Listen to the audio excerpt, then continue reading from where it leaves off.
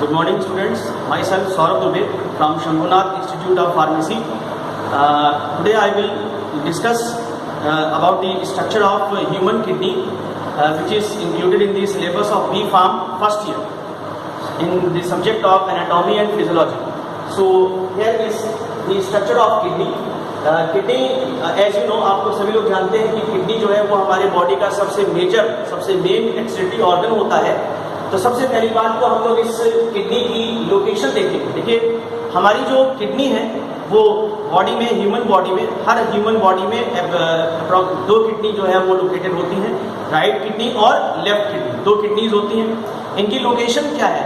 जो किडनी की लोकेशन है वो हमारी एब्डोमिनल कैविटी। अब एब्डोमिनल कैविटी की वॉल है, ये जो है वेंट्रल वॉल है, ये डॉर्सल वॉल है, दीवार है जो हमारी एब्डोमिनल कैविटी की।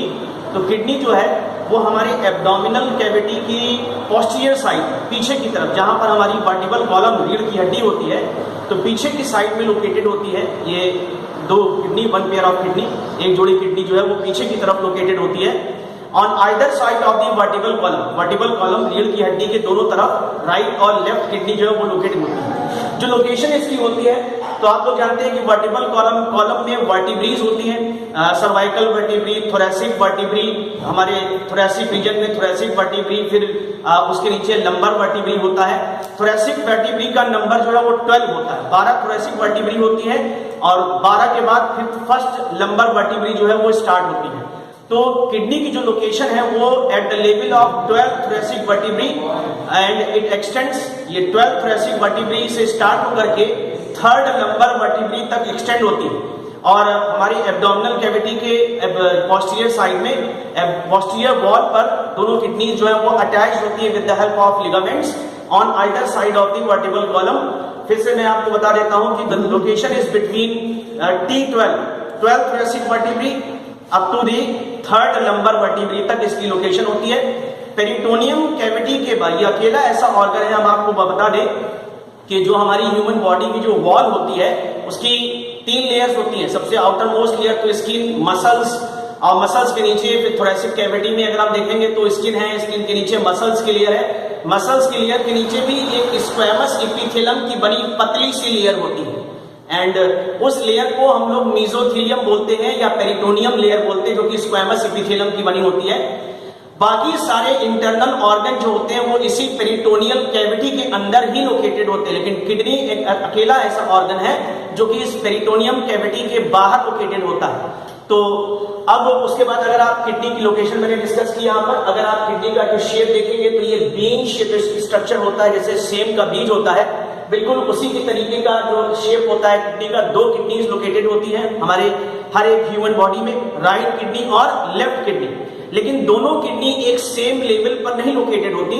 लेफ्ट किडनी जो है, लेफ्ट वाली जो किडनी है, it is located slightly forward than the right kidney. तो जो लेफ्ट किडनी है वो थोड़ा सा आगे की तरफ लोकेटेड होती है as compared to the right kidney. Left वाली आगे होती है और राइट वाली थोड़ा सा उसके पीछे होती है। जो शेप होता है किडनी का, it is bean shape structure, same के बीज की तरीके का स्ट्रक्चर होता है। जो लेंथ होती है किडनी की, जो लेंथ बताई जाती है, जो अप्रोक्सीमेट लेंथ होती है, तो लेंथ जो है वो अप्रोक्सीमेटली किडनी की जो होती है वो 10 to 12.5 यानी 10 से 12.5 सेंटीमीटर लंबी होती है किडनी की जो लंबाई है, लेंथ है। फिर इसकी जो थिकनेस है, जो अप्रोक्सीमेट थिकनेस होती है किडनी की, वो होती है लगभग 2.5 सेंटीमीटर, 2.5 सेंटीमीटर किडनी जो है वो थिक होती है।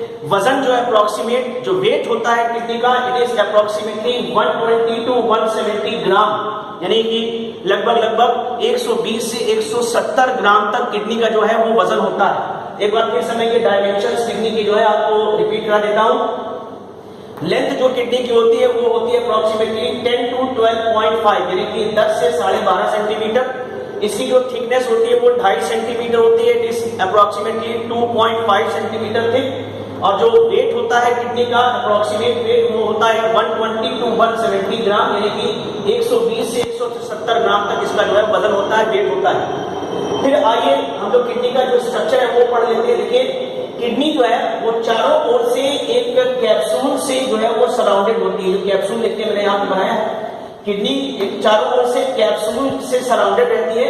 ये जो कैप्सूल होती है किडनी की और कुछ नहीं होती, ये थिन फाइब्रस कनेक्टिव टिश्यू की एक पतली सी लेयर होती है। इसको बड़े आराम से एक छिलके की तरीके से इसको निकाला जा सकता है। और किडनी की जो ये फाइब्रस कनेक्टिव टिश्यू की बनी हुई कैप्सूल है, कैप्सूल के अंदर किडनी ये सॉलिड ऑर्गन है, तो किडनी का ये सॉलिड टिश्यू जिसको आप सॉलिड पैरेन्काइमा कहते हैं वो लोकेटेड होता है। अब इधर देखिए, किडनी का जो इंटरनल सॉलिड टिश्यू है जो कैप्सूल के अंदर लोकेटेड है वो दो पार्ट्स में डिवाइडेड रहता है। आउटर पार्ट जो होता है इसके टिश्यू का, सॉलिड टिश्यू का, उसको हम लोग कॉर्टेक्स बोलते हैं या रीनल कॉर्टेक्स बोलते हैं। और किडनी के जो सॉलिड टिश्यू उसका जो मिडिल इनर पार्ट होता है उसको हम लोग मेडुला बोलते हैं। तो किडनी का जो सॉलिड टिश्यू है वो दो पार्ट में डिवाइडेड हो गया, आउटर कॉर्टेक्स पार्ट और इनर मेडुलरी पार्ट या मेडुला पार्ट। ठीक है, अब देखिए फिर उसके बाद अगर आप किडनी के टिश्यू को देखोगे तो और अगर इसकी माइक्रोस्कोपिक स्टडी की जाती है तो आप ये पाया जाता है कि किडनी जो है, किडनी इस सॉलिड टिश्यू का जो स्ट्रक्चरल और फंक्शनल यूनिट होती है उसको नेफ्रॉन कहा जाता है या यूरिनिफेरस ट्यूब्यूल कहा जाता है। ये उस यूरिनिफेरस ट्यूब्यूल की जो एक डायग्राम है वो यहाँ पे इसका स्ट्रक्चर दिखाया गया है। तो लगभग 2 लाख नेफ्रॉन्स जो हैं वो इसके सॉलिड टिश्यू के अंदर फंसे रहते हैं, मतलब बहुत डेंस लोकेटेड, इनकी बहुत डेंस लोकेशन होती है। ये बहुत कन्वल्यूटेड होते हैं, बहुत ज्यादा आपस में एक दूसरे से उलझे हुए होते हैं। इनका जो नेफ्रॉन्स का जो नंबर बताया गया है वो अप्रोक्सीमेटली 2 लाख होता है और पूरे इसके सॉलिड टिश्यू में यही नेफ्रॉन्स या यूरिनिफेरस ट्यूब्यूल जो है वो लोकेटेड होते हैं।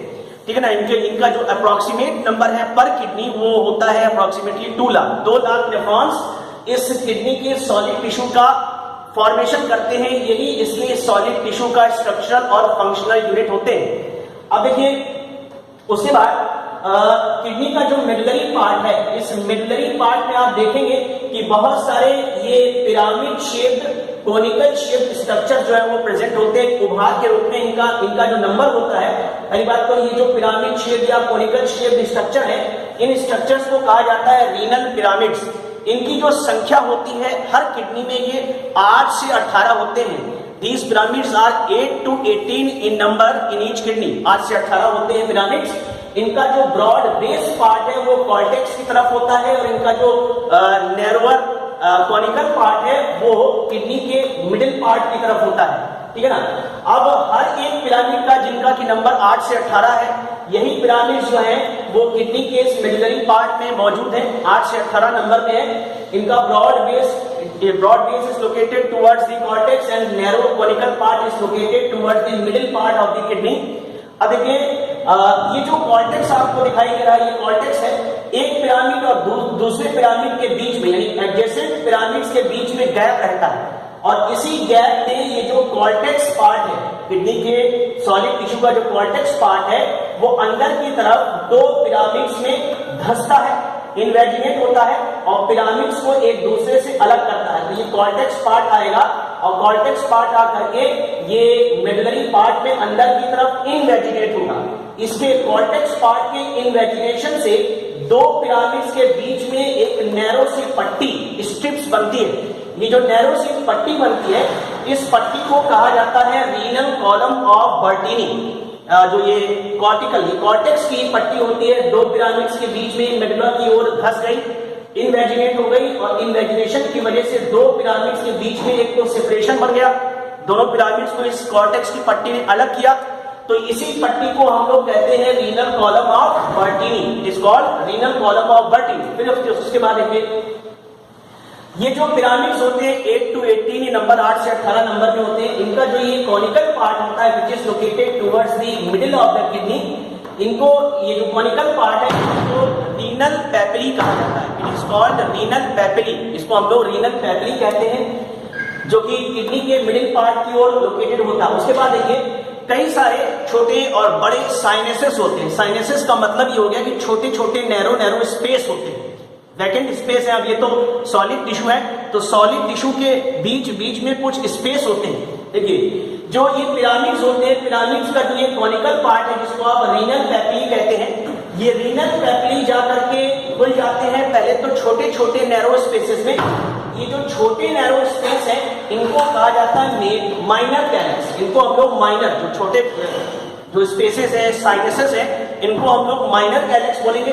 फिर माइनर कैलेक्स सब जुड़ जाते हैं, इनके जुड़ने से एक बड़ा थोड़ा सा ब्रॉड स्पेस बनता है, उसको हम लोग मेजर कैलेक्स बोलते हैं। और मेजर कैलेक्स सब जा करके किडनी के इस कॉनिकल पार्ट में, इस कॉन्वेक्स पार्ट में जाकर के खुल जाते हैं सारे के सारे मेजर कैलेक्सेस। इस पार्ट में फनल शेप स्ट्रक्चर लोकेटेड होता है। इस फनल शेप स्ट्रक्चर को हम लोग पेल्विस कहते हैं, इज कॉल्ड पेल्विस। तो सारे जितने भी ये मेजर, पहले तो रीनल पैपिली जो है पिरामिड्स के, वो माइनर कैलेक्स में खुले, फिर माइनर कैलेक्स जो है वो यूनाइट हुए तो उससे मेजर कैलेक्स बना, और मेजर कैलेक्स जो है वो एक फनल शेप स्ट्रक्चर में खुल जाते हैं जो किडनी के कॉनिकल कॉन्वेक्स कॉन्केव पार्ट में लोकेटेड होता है, उसमें जाके खुल जाते हैं, जिसको आप लोग हाइलस कहते हैं। तो हाइलस पार्ट जो है वो किडनी का जो कॉन्केव पार्ट है उसको हाइलस कहा जाता है। तो ये जो कॉन्केविटी होती है, किडनी का जो आउटर सरफेस ये तो कॉन्वेक्स रहता है, अंदर की तरफ यानी बॉडी के मिड लाइन की तरफ जो किडनी होती है वो अंदर की तरफ धंसी होती है, यहाँ पे कॉन्केविटी होती है। इस कॉन्केविटी को कहा जाता है हाइलस। इसी हाइलस से ये pelvis, funnel shaped pelvis originate होता है, निकलता है, और यही पेल्विस आगे कंटिन्यू होकर के यूरेटर का फॉर्मेशन करता है, और यही यूरेटर जाकर के नीचे की तरफ जो है वो यूरिनरी ब्लैडर में जाकर के खुल जाता है। तो आप ये देखिए कि जो ये पिरामिड्स हैं, पिरामिड्स के ये जो नैरोअर रीनल पैपिली है, ये पहले तो माइनर कैलेक्स में खुलेंगे, सारे माइनर कैलेक्स आपस में जुड़ जाते हैं तो मेजर कैलेक्स का फॉर्मेशन होता है। मेजर कैलेक्स आकर के खुल जाते हैं इस पेल्विस में, और पेल्विस जाकर के कंटिन्यू हो जाता है इस यूरेटर में। तो ये किडनी का जो है ये टिश्यू स्ट्रक्चर है। अब तो ये पहले मैंने आपको ये बताया था कि किडनी के जो सॉलिड टिश्यू है, इसकी जो स्ट्रक्चरल और फंक्शनल यूनिट है उसको नेफ्रॉन्स कहा जाता है। तो ये वो नेफ्रॉन्स का स्ट्रक्चर आपके सामने ये बना हुआ है, इसको यूरिनिफेरस ट्यूब्यूल भी कहा जाता है।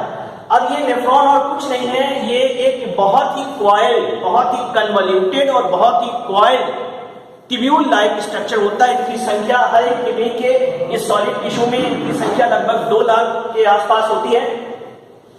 अब ये जो ट्यूब्यूल है, जिसको आप यूरिनिफेरस ट्यूब्यूल या नेफ्रॉन कह रहे हैं, इसका एक सिरा तो क्लोज होता है, बंद होता है, दूसरा सिरा इस ट्यूब्यूल का खुला हुआ होता है। अब देखिए नेफ्रॉन के इस बंद सिरे पर एक कप शेप स्ट्रक्चर बनता है। इस कप शेप स्ट्रक्चर को आप बोमेन्स कैप्सूल कहा जाता है, इसको हम लोग बोमेन्स कैप्सूल कहते हैं। ये है बोमेन्स कैप्सूल की कैविटी। अब देखिए ये जब बोमेन्स कैप्सूल का फॉर्मेशन हुआ था, इसमें बोमेन्स कैप्सूल की दीवार जो है वो अंदर की तरफ धसी, देखिए धस गई ना, अंदर की तरफ धसी है, तो इसके धसने से बोमेन्स कैप्सूल की कैविटी बनती है। इस कैविटी में approximately 50 blood parallelly located 50 blood capillaries का एक बहुत ही डेंस नेटवर्क होता है, गुच्छा होता है। उस 50 पैरेलली लोकेटेड जो गुच्छा है ब्लड कैपिलरीज का, उसको ग्लोमेरुलस कहा जाता है। इस ग्लोमेरुलस का फॉर्मेशन जो है एक मोटी आर्टीरियोल, एक मोटी ब्लड कैपिलरी के थ्रू होता है। इस ज्यादा डायमीटर वाली, मोर डायमीटर वाली इस ब्लड कैपिलरी को कहा जाता है इफरेंट आर्टीरियोल।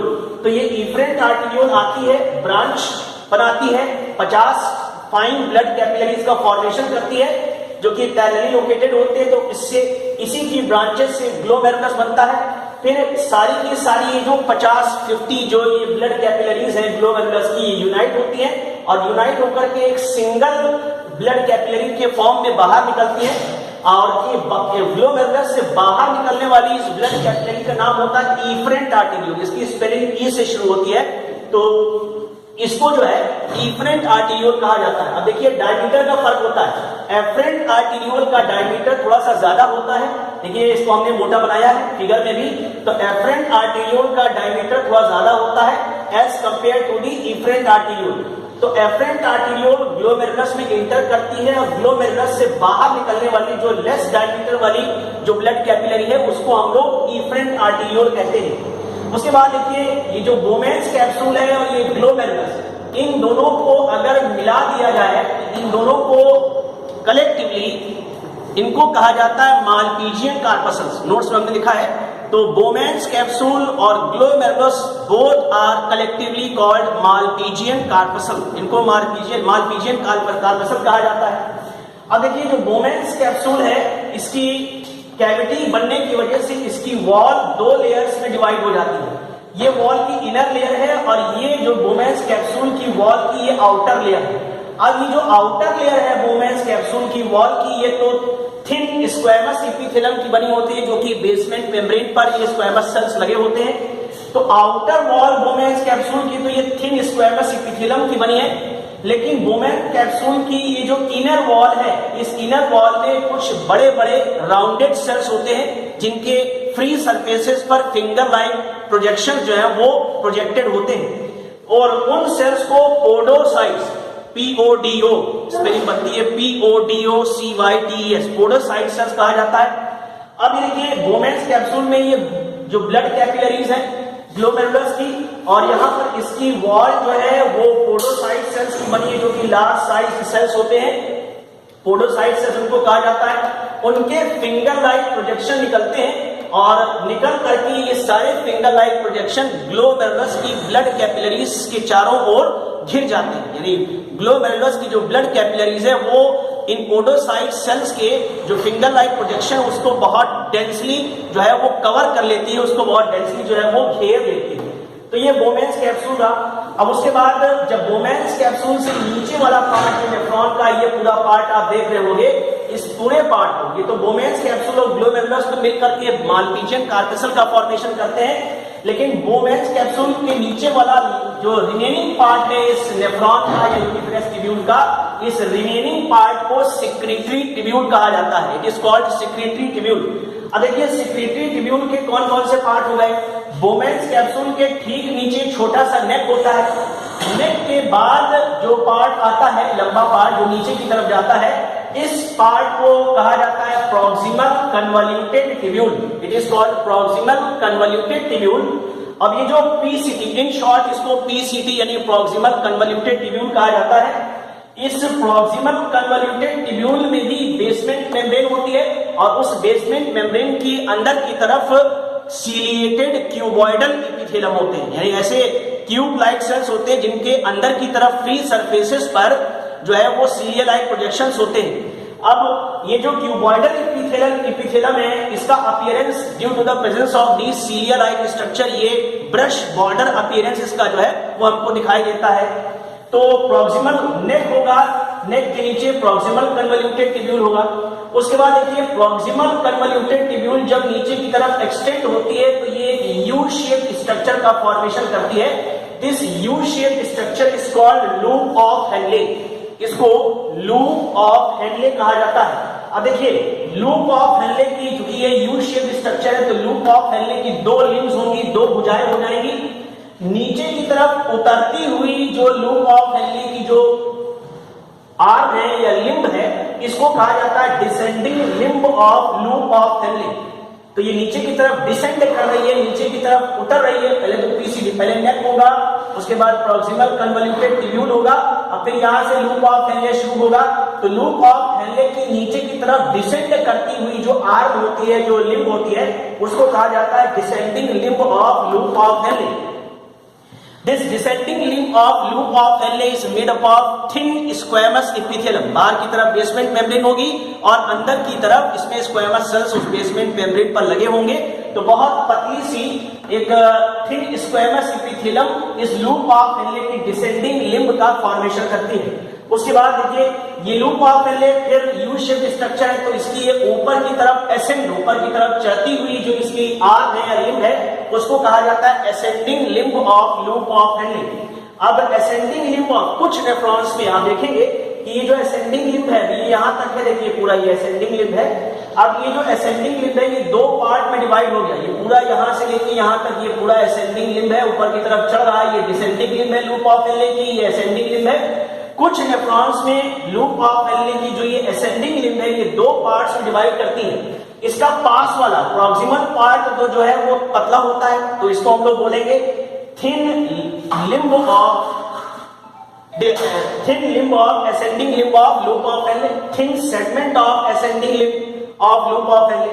लेकिन थोड़ा आगे जाकर के ये जो असेंडिंग लिम्ब है थोड़ा सा मोटी हो जाती है, मोटी हो गई कुछ नेफ्रॉन्स में, तो अब इसको हम लोग बोलेंगे thick segment of ascending limb of loop of Henle. तो कुछ नेफ्रॉन्स में ये लूप ऑफ हेनले की जो असेंडिंग लिम्ब है ये दो पार्ट्स में डिवाइडेड हो जाती है, proximal thin segment of ascending limb of loop of Henle and distal thick segment of ascending limb of loop of Henle।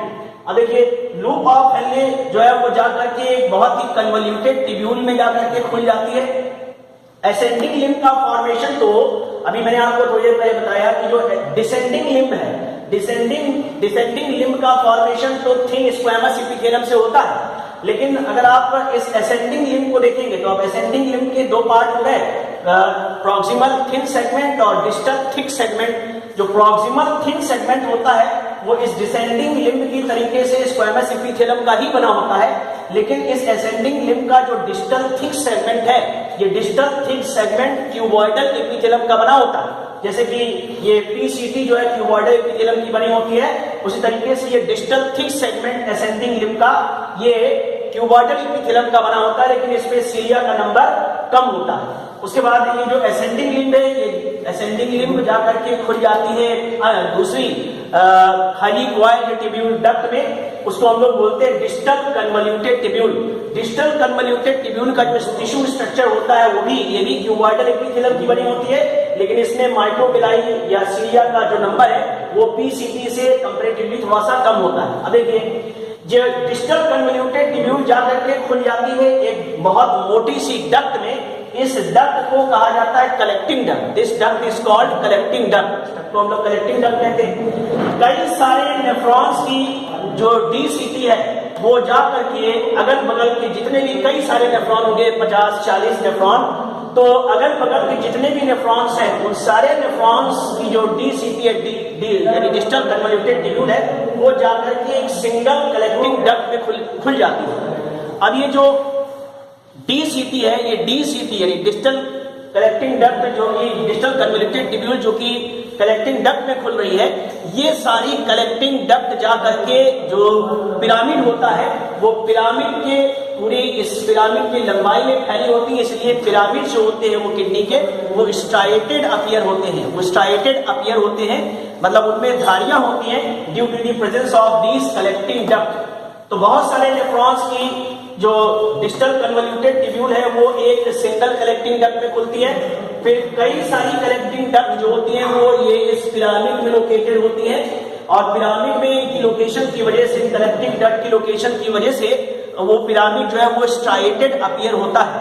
ठीक है, अब मैं आपको एक बात ये बता दूं कि देखिए ये जो नेफ्रॉन है, ये नेफ्रॉन जो है वो कॉर्टेक्स से स्टार्ट होता है और मेडुला तक फैला होता है। अब अगर चाहो दीजिए कुछ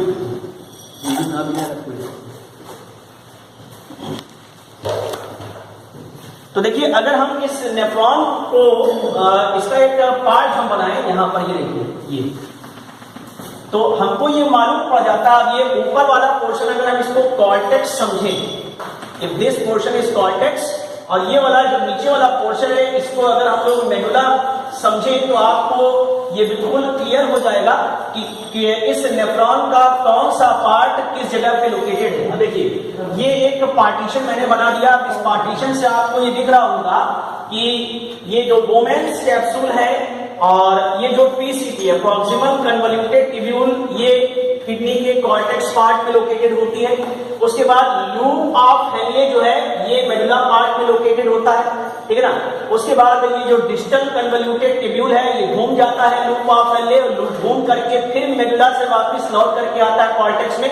इसकी वजह से ये जो डीसीटी यानी डिस्टल कन्वोल्यूटेड ट्यूब्यूल है ये भी कॉर्टेक्स में ही लोकेटेड होता है। तो कॉर्टेक्स में लोकेटेड है इस नेफ्रॉन के जो पार्ट्स हो गए वो हो गए ग्लोमेरुलस और बोमेन्स कैप्सूल यानी मालपीजियन कार्पसल, उसके बाद पीसीटी प्रॉक्सिमल कन्वोल्यूटेड ट्यूब्यूल, उसके बाद डीसीटी यानी distal convoluted tubule. Loop of Henle जो है वो केवल और केवल लोकेटेड होता है किडनी के इस मेडुला पार्ट में, पिरामिड में।